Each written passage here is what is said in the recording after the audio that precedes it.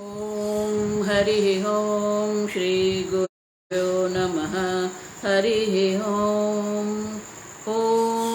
शन्नो मित्रः शं वरुणः शन्नो भवत्वर्यमा शन्न इन्द्रो बृहस्पतिः शन्नो विष्णुरुक्रमः। नमो ब्रह्मणे नमस्ते वायो त्वमेव प्रत्यक्षं ब्रह्मासि त्वमेव प्रत्यक्षं ब्रह्म वदिष्यामि ऋतं वदिष्यामि सत्यं वदिष्यामि तन्मामवतु तद्वक्तारमवतु अवतु माम् अवतु वक्तारम्। ॐ शान्ति शान्ति शान्तिः। ॐ सहना भवतु सहनौ भुनक्तु सह वीर्यं करवावहै तेजस्विनावधीतमस्तु मा विद्विषावहै।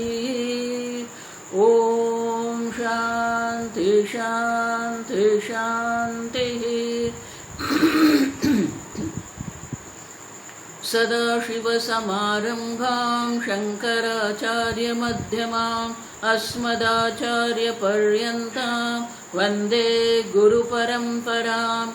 श्रुतिस्मृतिपुराणानाम् आलयं करुणालयं नमामि भगवत्पादं शङ्करं लोकशङ्करं शङ्करं शङ्कराचार्यं केशवं बादरायणं सूत्रभाष्यकृतौ वन्दे भगवन्तौ पुनः पुनः। ईश्वरो गुरुरात्मेति मूर्तिभेदविभागिने व्योमवद्व्याप्तदेहाय दक्षिणामूर्तये नमः। निधये सर्वविद्यानां विषजे भवरोगिणां गुरवे सर्वलोकानां दक्षिणामूर्तये नमः। ॐ नमः प्रणवार्थाय शुद्धज्ञानैकमूर्तये निर्मलाय प्रशान्ताय दक्षिणामूर्तये नमः। ॐ नमः श्रीशङ्करानन्द गुरुपादाम्बुजन्मने सविलासमहामोह ग्राहग्रासैककर्मणे।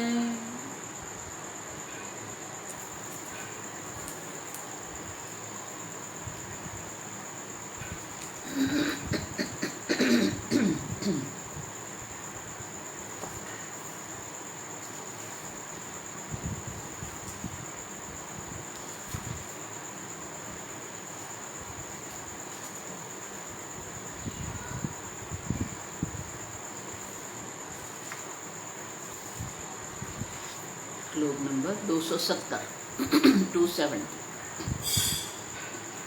विष्णुं ध्यायतु धीर्यद्वा विष्णुर्ध्यायतु धीर्यद्वा ब्रह्मानन्दे विलीयतां साक्ष्यं किञ्चिदप्यत्र न कुर्वेनापि कारये।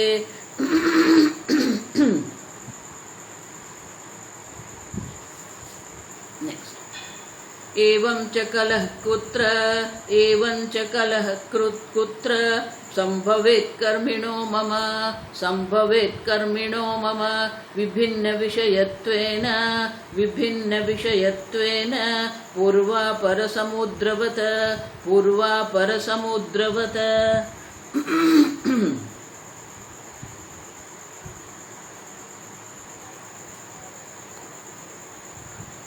साक्ष्यहम वार्तिक मुनि कहते हैं कि अपने स्वरूप को जान लिया है। तो ज्ञानी कह रहा है हम साक्षी न कुर्वे न कार्य न कुर्वन न कारयन। अब न स्वयं कुछ करते हैं करता हूँ न कुर्वे न कार्य कुछ कराता भी नहीं हूँ। अब कम हंति घातयति किम। देखो भगवान युद्ध भूमि में बोल रहे हैं और इसलिए जो क्रियापद का उपयोग कर रहे हैं वो हंति ऊपर क्रियापद है। हंति माने कि न किसी का वो हनन क्रिया, किसी पर हनन क्रिया करता है, न घातयति, न किसी के पास वो हनन क्रिया कराता है।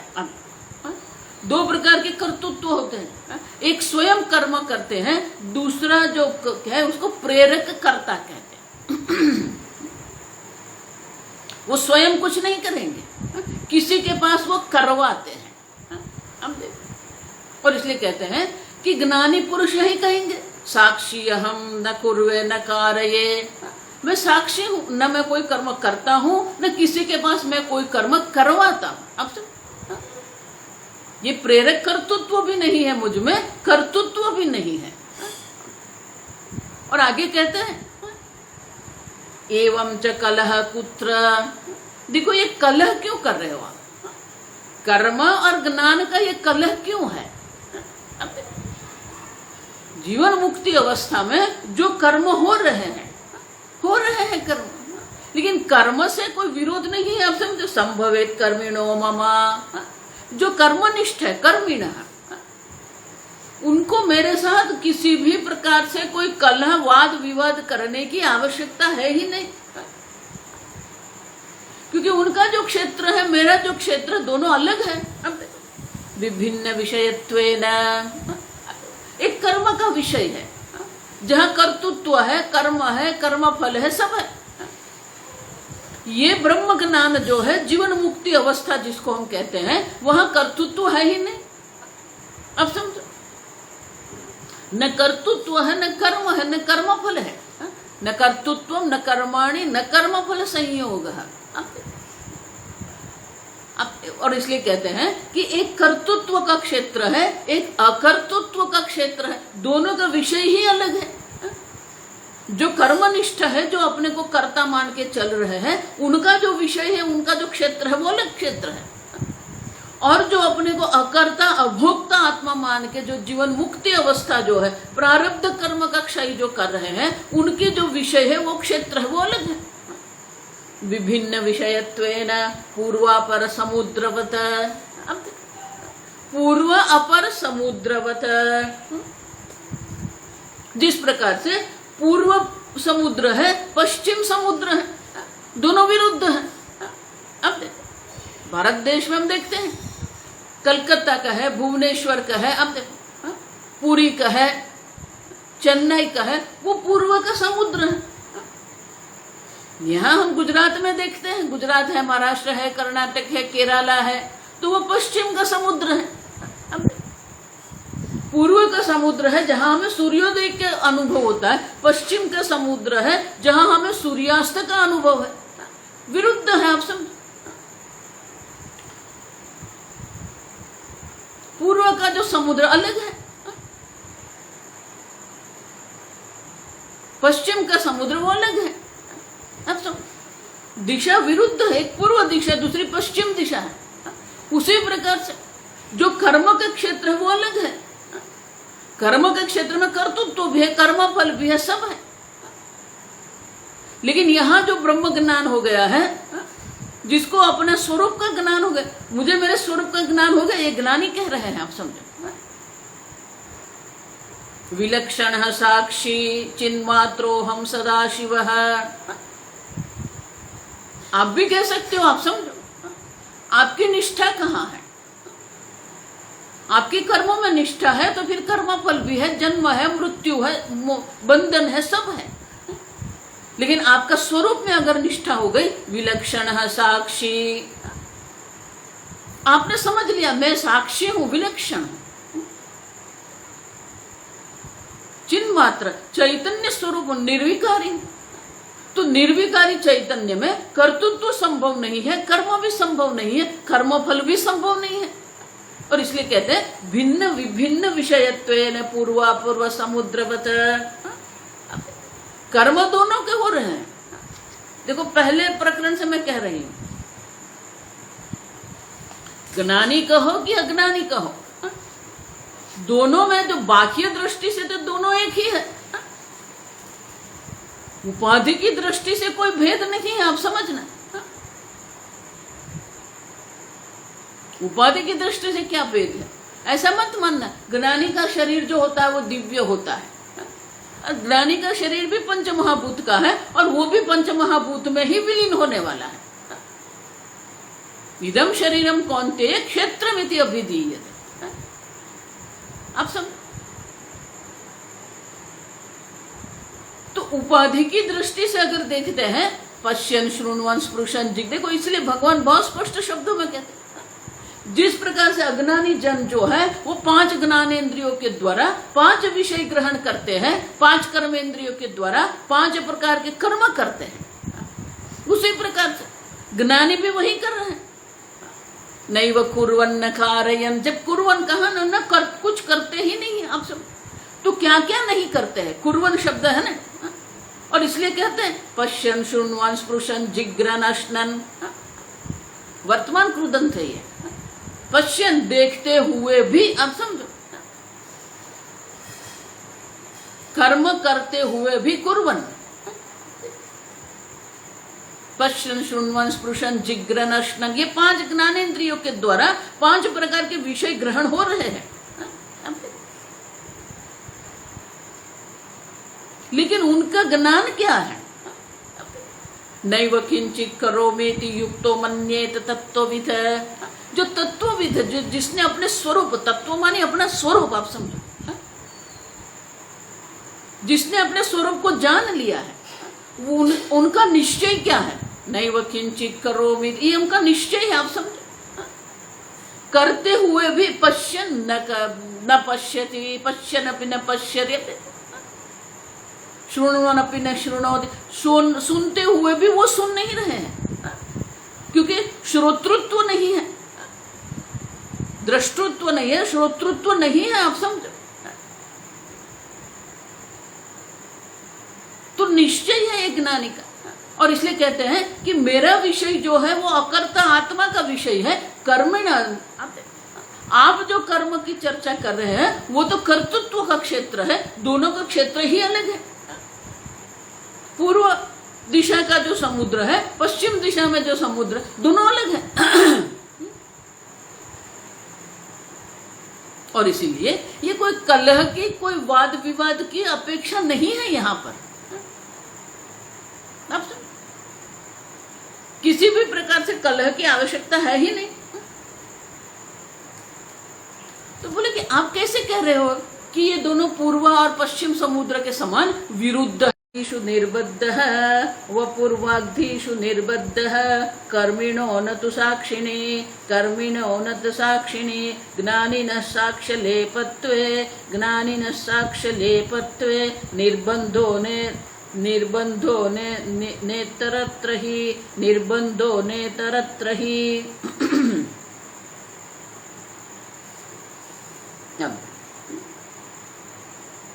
कि दोनों में जो भिन्न विषय है ना, क्यों? क्योंकि एक का निश्चय क्या है? मैं देह हूं, वपु हूं, वाग्धीषु निर्बंध है। अब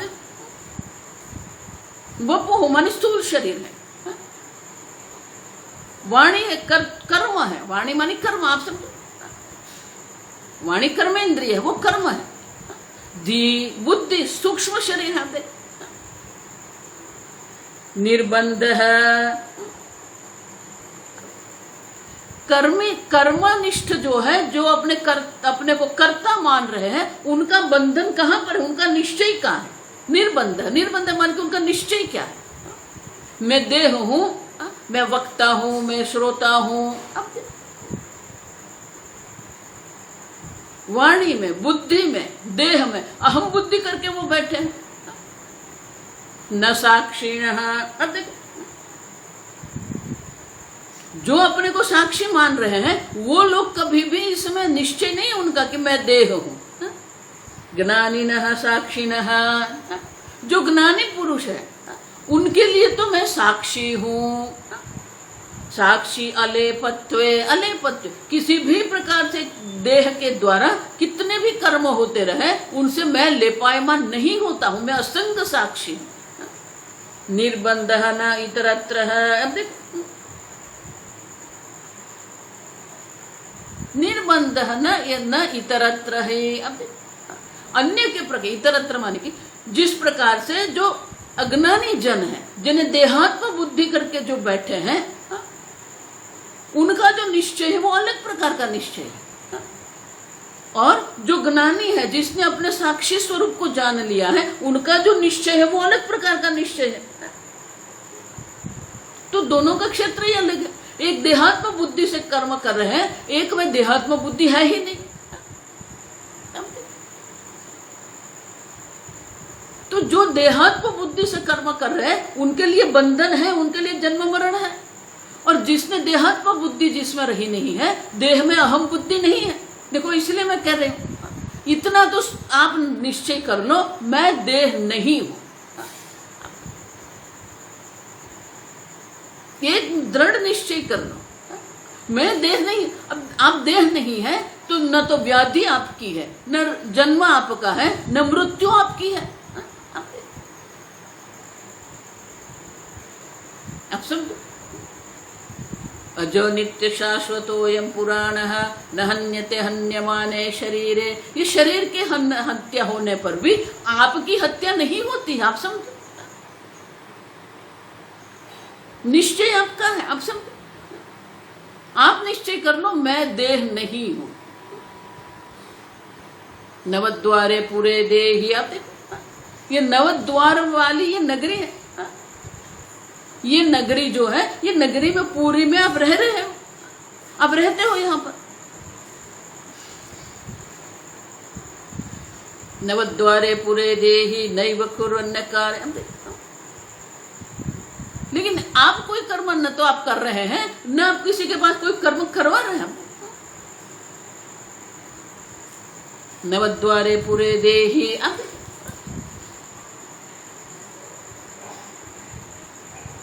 तो निश्चय आपका है। अगर आपने देहात्म बुद्धि करके रखी है तो फिर संपूर्ण संसार है आपके लिए। लेकिन देहात्म बुद्धि नहीं है, क्यों? साक्षिणः ज्ञानिनः साक्षिणः साक्षी अलेपत्वे। जो साक्षी है वो कैसा? असंग है, अलेपत्व। साक्षी स्वयं असंग होने के कारण अलेपत्व। निर्बंधः न इतरत्र ही। अब देखो, किसी भी प्रकार से निर्लेपता आप में है, किसी भी प्रकार से आप लेपायमान नहीं होते हैं, किसी भी प्रकार से कोई आपको बंधन में नहीं डाल सकते। भले जीवन मुक्ति अवस्था है, जीवन मुक्ति अवस्था में भी कर्म करते हुए भी कोई कर्म नहीं हो रहा है। देखो, इसलिए मुंडक उपनिषद में भी ये चर्चा है कि अगर जीवन मुक्ति अवस्था में जो ज्ञानी है तो कर्म तो हो रहे हैं उनके, लेकिन वो स्वयं अपने को कर्ता नहीं मानते हैं, तो कर्तृत्व भोक्तृत्व नहीं है।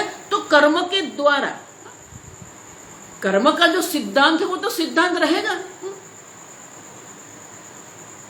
तो कर्म हुआ है तो कर्म के कारण पाप पुण्य भी उत्पन्न होने वाले हैं, लेकिन उनको वो पाप पुण्य नहीं मिलेंगे क्योंकि वो अपने को अकर्ता अभोक्ता मानते हैं। आप समझ, कर्म हुआ है तो पाप पुण्य उत्पन्न होने वाले हैं, ये कर्म का सिद्धांत। लेकिन वो अपने को अकर्ता अभोक्ता मानते हैं और इसलिए उनको ये पाप पुण्य नहीं लगता। लेकिन कर्मफल तो उत्पन्न हुआ, तो वो कर्मफल कहां जाएंगे? तो उपनिषद में लिखा है, जो ज्ञानी की निंदा करते हैं, जो ज्ञानी को दुख देते हैं, तो ज्ञानी के जीवन में जो भी पाप कर्म हुए हैं, तीव्र प्रारब्ध के कारण जो भी अधर्म हुआ है, सब अधर्म जो है वो निंदा करने वाले को मिलते हैं। और जो भी लोक कल्याण के कार्य हुए, पुण्य कर्म हुआ, स्वाध्याय करना, प्रवचन करना, कथा करना, ये सब पुण्य कर्म है। पूजा करना, पाठ करना, उपासना करना, ये सब पुण्य कर्म है। हम देखेंगे देवार्चना, विष्णु ध्यायतु। तो ज्ञानी जन जीवन मुक्ति अवस्था में जो जप तप करते हैं, जो पुण्य कर्म करते हैं, तो जो उनकी सेवा करते हैं, जो उनको अनुकूल रहते हैं, सब पुण्य उनको मिलते हैं। आप समझो, ये शास्त्र का वचन है। कर्मफल तो उत्पन्न होने वाले ही है। जो निंदा कर रहे उसको सब पाप कर्म प्राप्त होते हैं। जो उनकी सेवा करते हैं, जो उनको अनुकूल रहते हैं, उनको ये पुण्य की प्राप्ति होती है। और इसलिए कहते हैं कि उनको स्वयं को कोई कर्म फल की प्राप्ति नहीं होती है, निर्लेपत्वे। और इसलिए कहते हैं इतरत्र ही, ये इतरत्र इस प्रकार से आप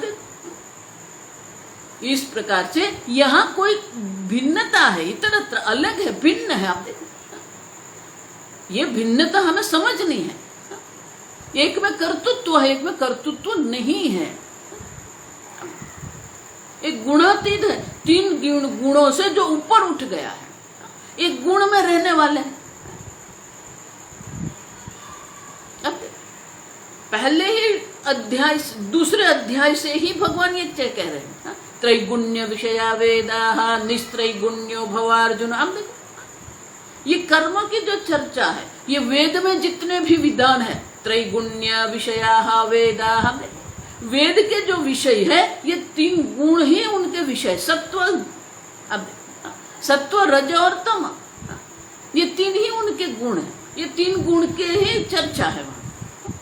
लेकिन आपको अर्जुन कैसे बनना है, नैस्त्रैगुण्यो भव अर्जुन, आप ये तीन गुणों से ऊपर उठ जाएंगे।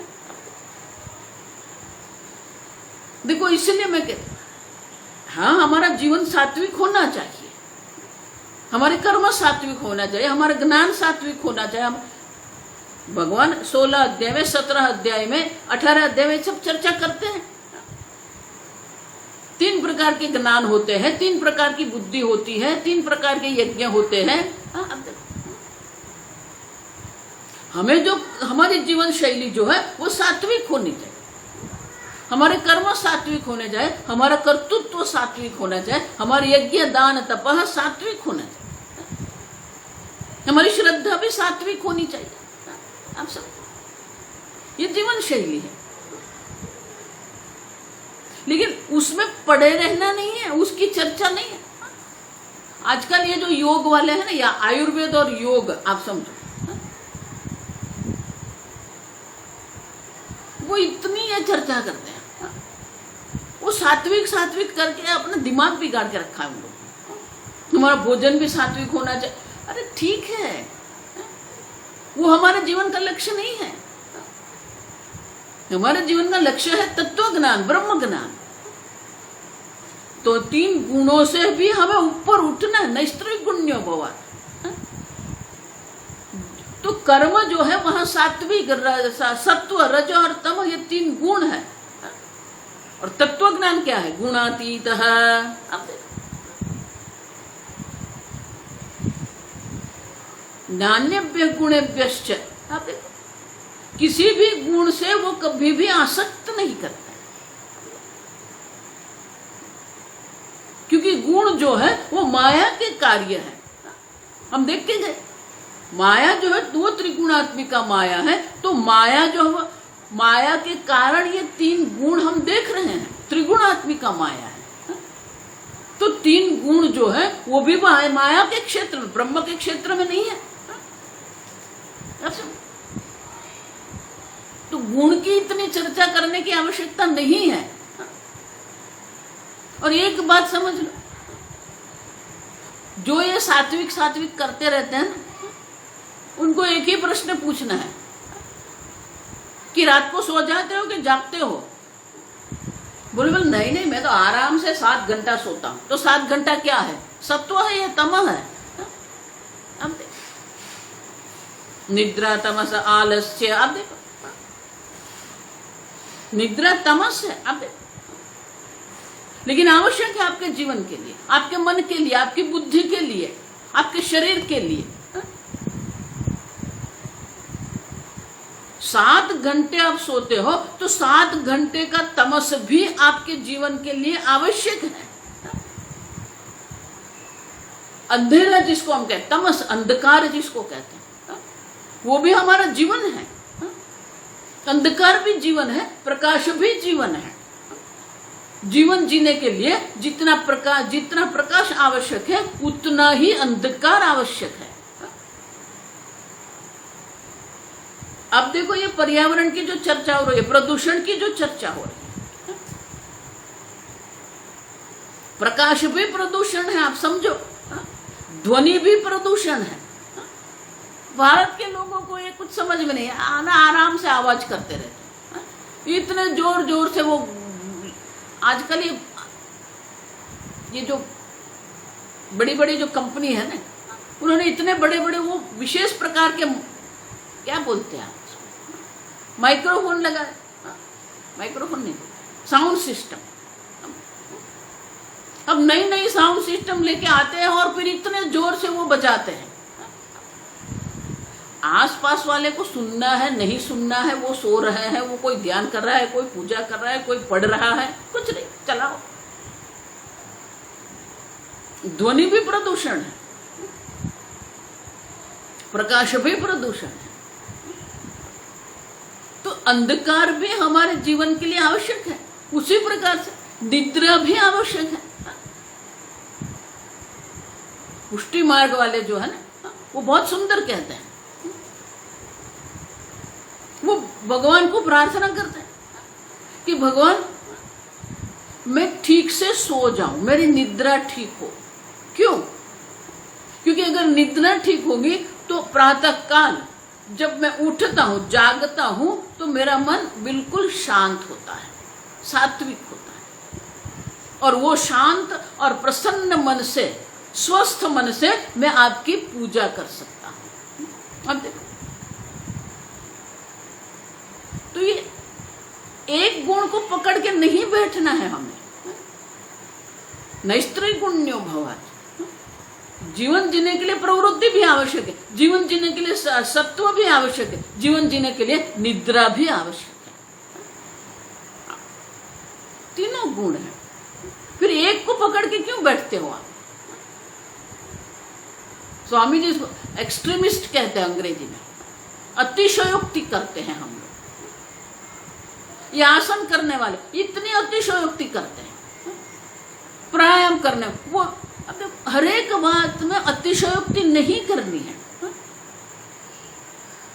अति सर्वत्र वर्जयेत। अब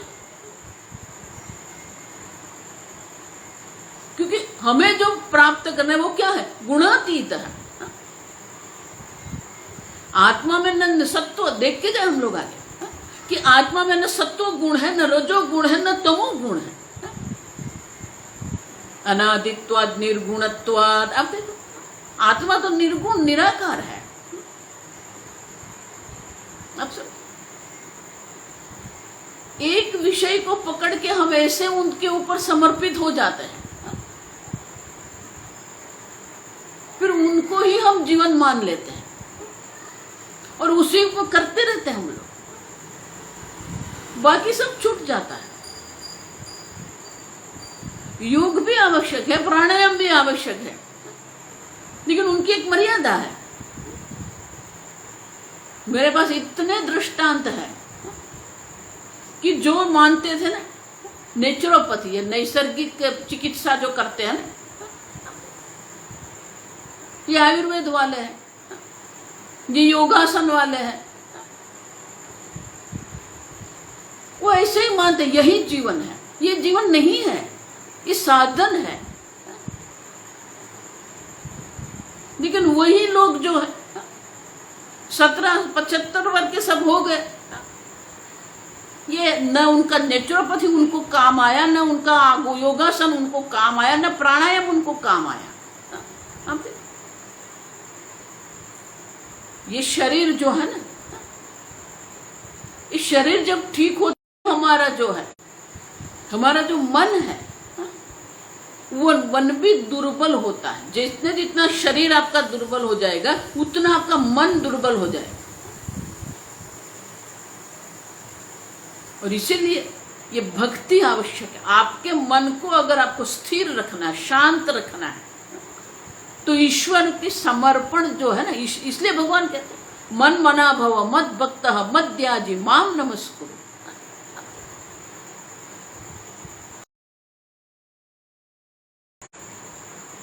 भक्ति आपको काम आए। अब सब, क्योंकि हमें जो करना है वो ये 3 गुण से ऊपर उठना है। नैस्त्रिगुण्यो भव। आत्मा में न सत्व है, न रज है, न तम है। निर्लेप, अलेप। आप समझो, साक्ष्य अलेपत्वे, किसी भी प्रकार से लेपायमान नहीं है, असंग है आप।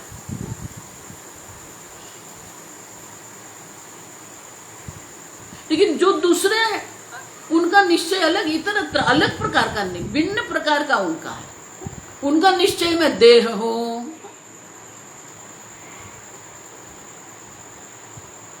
अब कितना भी योग करो,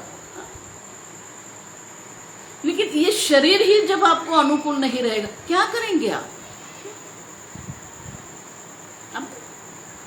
इसीलिए मैं कह रही, आप इतना तो निश्चय कर लो, मैं देह नहीं हूं, मैं करता नहीं, कर लो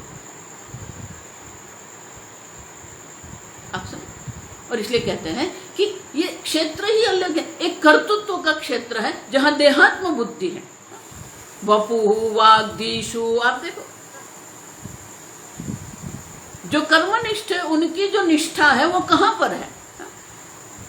इनका जो अहम है वहां कहां पर है?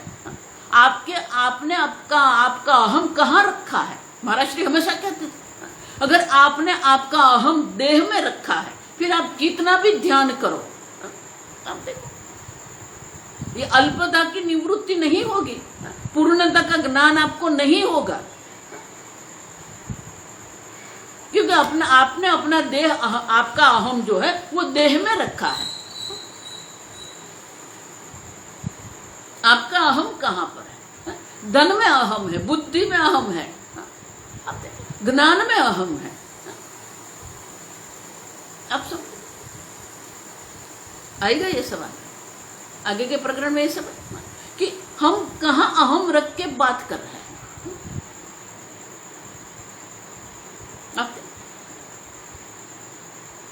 क्योंकि आत्मा अकर्ता है, तो अकर्ता आत्मा में एक कुछ है ही नहीं, अलेपत्व है। आप देखो, ध्यायति व लेलायति व, आप देखो बृहद उपनिषद में ईव, एज दो उसको कहते हैं अंग्रेजी में,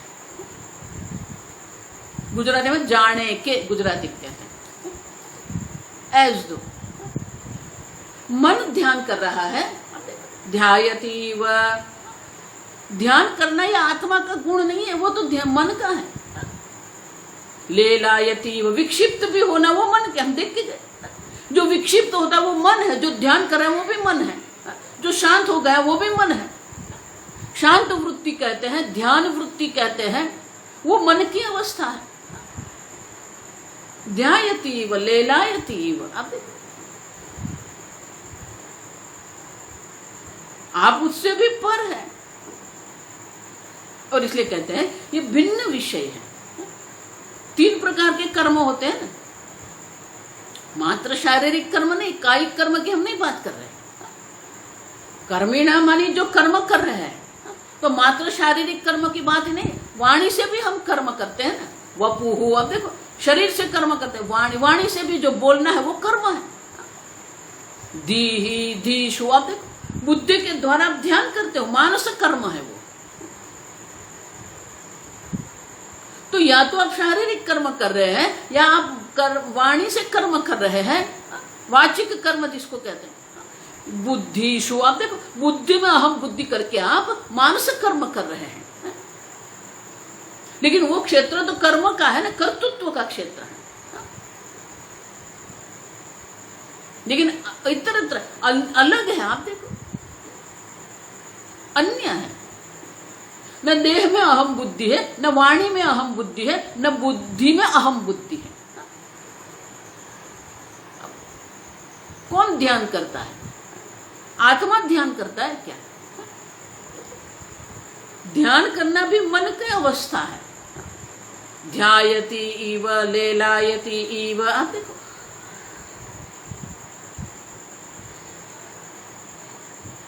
दिख रहा है, इव इव माने दिखता है, वो ध्यान करता हुआ दिखता है, वो विक्षिप्त हुआ दिखता है, वो शांत दिख रहा है, ठीक है। लेकिन वो आत्मा का गुण नहीं है। आत्मा निर्गुण निराकार अलेपत्व, आप देखो यहां जो शब्द है वो कहा अलेपत्व साक्षी। साक्षी में अलेपत्व है, किसी भी प्रकार से लेपायमान वो नहीं होता है।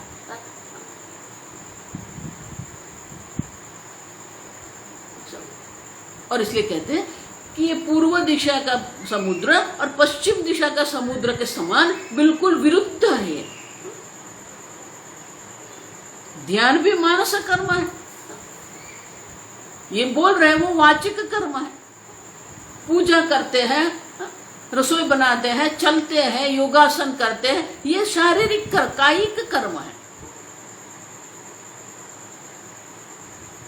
और इसलिए कहते हैं साक्षी कौन है? अलेपत्व, किसी भी प्रकार से लेपायमान होने की संभावना नहीं है, आप समझ। और इसीलिए पुत्र कलह, दो भिन्न विषय जब होते हैं तो फिर कोई वाद का प्रश्न नहीं है, आप समझ। देखो इसलिए कई बार ये वेदांत में होता है कि एक व्यक्ति जो है एक वस्तु पकड़ के बैठा, तो वो जो पकड़ के बैठा है वो अलग है, उनका जो स्थान है वो अलग है, भिन्न विषय। एक कर्म कर्तृत्व की दृष्टि से चर्चा कर रहे हैं, दूसरे अकर्तृत्व की दृष्टि से चर्चा कर रहे हैं। और इसलिए कहते हैं पुत्र कलह, मेरा कर्मस्थ लोग के साथ कोई वाद विवाद है ही नहीं, क्योंकि उनका विषय अलग है, मेरा विषय अलग है। देखो इसलिए शंकराचार्य जी इतने लंबे लंबे भाष्य शंकराचार्य जी ने लिखा है कि कर्म कांड जो है उनका विषय अलग, उनका अधिकारी अलग है, उनका विषय अलग है, उनका प्रयोजन अलग है, उनका संबंध अलग अलग है। और जो उपनिषद है जिसको ज्ञान कांड कहते हैं, उनके अधिकारी अलग है, उनका प्रयोजन भी अलग है, अनुबंध चतुष्टय ही अलग पढ़ते हैं।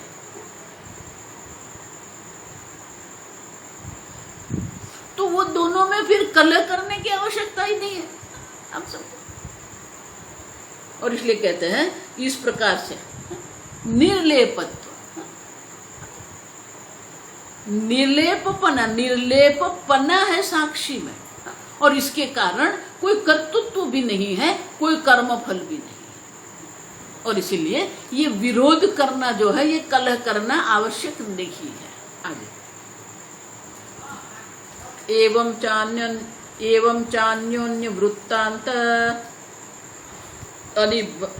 अनभिघ्नौ बधिराविव, एवं चान्योन्य वृत्तान्तान अनभिघ्नौ बधिराविव विवदेतां बुद्धिमन्तो विवदेतां बुद्धिमन्तो हसन्त्येव विलोक्यतौ, हसन्त्येव विलोक्यतौ।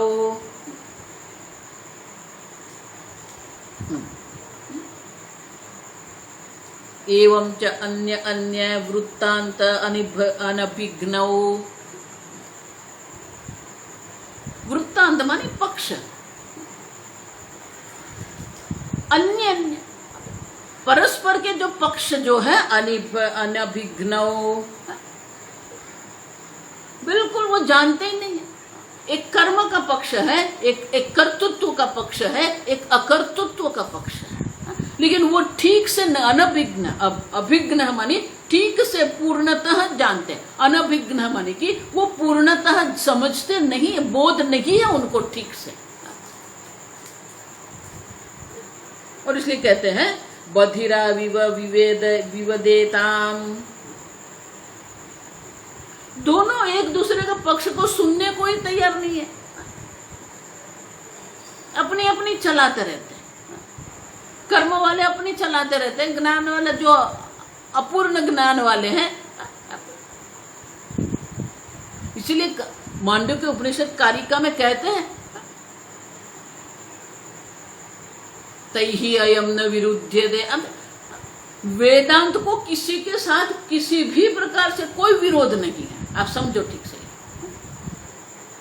तैहि अयम न विरुध्यते, ये कर्म जिसको कहते हैं, योग जिसको कहते हैं, ध्यान जिसको कहते हैं, किसी से कोई विरोध है नहीं है हमें, क्योंकि क्षेत्र ही अलग है। आगे दृष्टांत दिया था कि स्वप्न अवस्था में जो आपको क्षुधा है, स्वप्न अवस्था में आपको भूख लगी है, तो क्या जाग के आप भोजन करेंगे? नहीं, जागने के बाद आप भोजन ग्रहण नहीं करेंगे। क्यों? क्योंकि वो स्वप्न अवस्था की भूख है, तो भोजन भी स्वप्न अवस्था में होना चाहिए। दोनों क्षेत्र अलग है, मानी दोनों की सत्ता ही अलग है। और जागृत अवस्था में अगर आपको भूख लगी है तो क्या स्वप्न में जाके भोजन करेंगे आप? नहीं। जागृत अवस्था की क्षुधा है, वो जागृत अवस्था में ही भोजन ग्रहण करके आपको शांत करनी। जागृत अवस्था की क्षुधा जागृत अवस्था के भोजन से ही शांत होती है। दोनों की सत्ता अलग है। उसी प्रकार से कर्म की एक सत्ता है और ब्रह्म ज्ञान जिसको हम कहते हैं, आत्म तत्व जिसको हम कहते हैं, उनकी सत्ता अलग है। लेकिन वो आत्म तत्व की सत्ता जिसको सत्य कहते हैं वो नहीं समझते हैं, और वो क्या करते रहते हैं? विवेदताम, वो विवाद करते रहते हैं। बुद्धिमन्तः हसन्त्येव विलोक्यतौ, जो बुद्धिमान है वो तो विलोक्य, दोनों को देख के हंसते रहते हैं। हंसते हैं क्यों?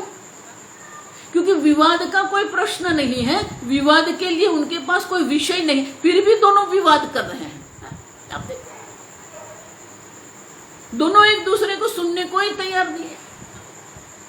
बधिरा विवाह, आप देखो,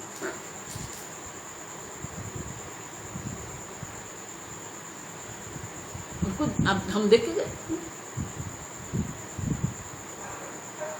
जल्प और वितंडा कहते हैं उसको, विवाद नहीं है ये, तो ये जल्प है, वितंडा है। चर्चा जो होती है वो 4 प्रकार की चर्चा होती है। एक वाद होता है, मानी कि दोनों समान रूप से अपना पक्ष रखते हैं और कुछ स्पष्टता के लिए, कुछ समझने, कुछ बोध के लिए ये दोनों बैठ के चर्चा करते हैं। जो समान होते हैं वो दोनों चर्चा करते हैं, उसको वाद कहते हैं। जल्प, जल्प किसको कहते हैं? जल्प माने कि मेरा सिद्धांत ही सही है, तो वो अपने सिद्धांत को ऐसे पकड़ के बैठा है कि दूसरे को सुनने को वो तैयार ही नहीं है। बधिरो इव, अपने सिद्धांत का ही बोलते रहते हैं। अरे सामने वाला क्या कहता है आप सुनो तो सही। नहीं, नहीं सुनना है मुझे, मैंने कह दिया, वो कह दिया। बहुत सारे लोग ऐसे होते, उठ के चले जाते हैं। वितंडा, वितंडा माने कि तू कह रहा है इसलिए ये गलत ही होगा, अयोग्य होगा, अनुचित होगा। माने कि सामने वाले को कैसे हम अयोग्य सिद्ध करें, वो वितंडा कहते हैं। तो ये जो कर रहे विवेदता मानी क्या, ये जल्प और वितंडा करने वाले हैं, और उनको देख के बुद्धिमान जो लोग जो है उनको देख के हंसते रहते हैं। हास्यास्पद है, क्योंकि दोनों विषय ही अलग अलग विरुद्ध हैं। आते एक कर्म का विषय है, एक अकर्तृत्व का विषय है। तो किसी भी प्रकार से विवाद की यहां संभावना नहीं है, फिर भी हम विवाद कर रहे हैं। आप देखो, इसलिए हास्यास्पद है ये। दोनों अपना पकड़ के बैठे, अन्य अन्य वृत्तांत अनभिज्ञ, दोनों का अपना जो पक्ष है, वृत्तांत है, पकड़ के बैठे।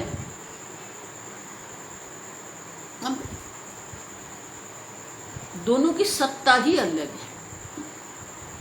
एक मिथ्या सत्ता की चर्चा है जहां कर्म है, जन्म है, मरण है, सब है। दूसरी सत्य की सत्ता है, निर्गुण है, निराकार है, निर्दोष है। निर्दोषम ही समम ब्रह्म, तस्मात् ब्रह्मणि ते स्थिताः, जो निर्गुण निर्दोष ब्रह्म में स्थित हो गए हैं। और ये जो है वो गुण और दोष की चर्चा कर रहे हैं, जहां कोई गुण नहीं है, जहां कोई दोष नहीं है। और ये जो कर रहे वो क्या कर रहे, गुण और दोष की चर्चा कर रहे हैं। हमारा पक्ष में इतने इतने गुण है, आपके पक्ष में इतने इतने दोष है। और कठोपनिषद में यमराजा स्पष्ट रूप से कह के गए, तर्केण मतियापनीया। अब ये मति, ये जो बुद्धि है, ये जो ब्रह्म ज्ञान है, ब्रह्म में जो निष्ठा है, तर्क से कभी भी प्राप्त नहीं होगी। तर्क से प्राप्त करने योग्य नहीं है। आप समझ,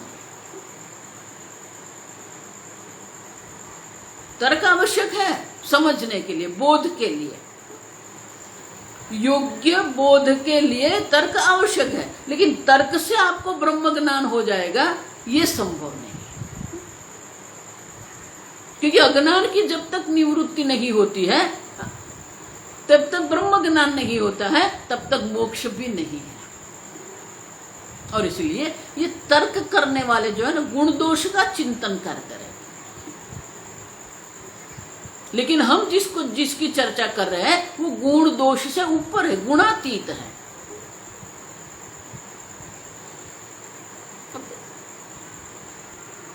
और इसीलिए कहते हैं कि ये विवेक, जो बुद्धिमान लोग हैं, ये ऐसे विवाद में नहीं पड़ते।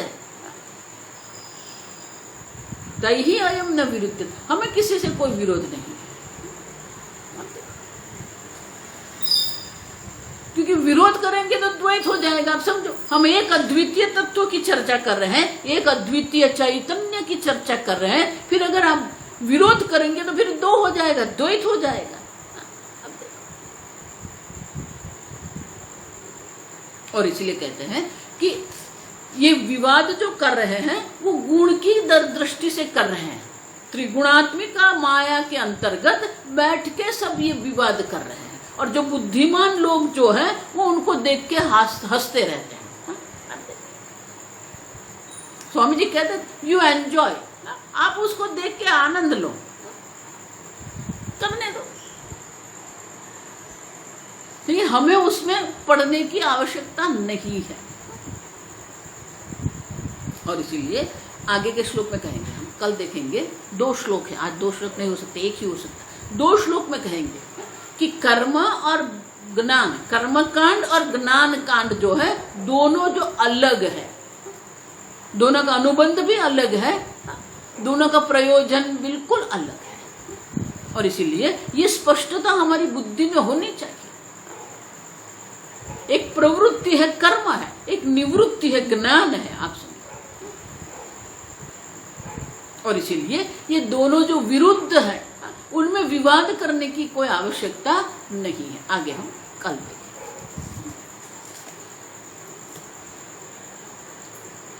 ओम स्वस्ति प्रजाभ्यः परिपालयन्तां न्यायेन मार्गेण महिं महिषाः गोब्राह्मणेभ्यः शुभमस्तु नित्यं लोकाः समस्ताः सुखिनो भवन्तु काले वर्षतु पर्जन्यः पृथिवी सस्यशालिनी देशोऽयं क्षोभरहितः ब्राह्मणाः सन्तु निर्भयाः।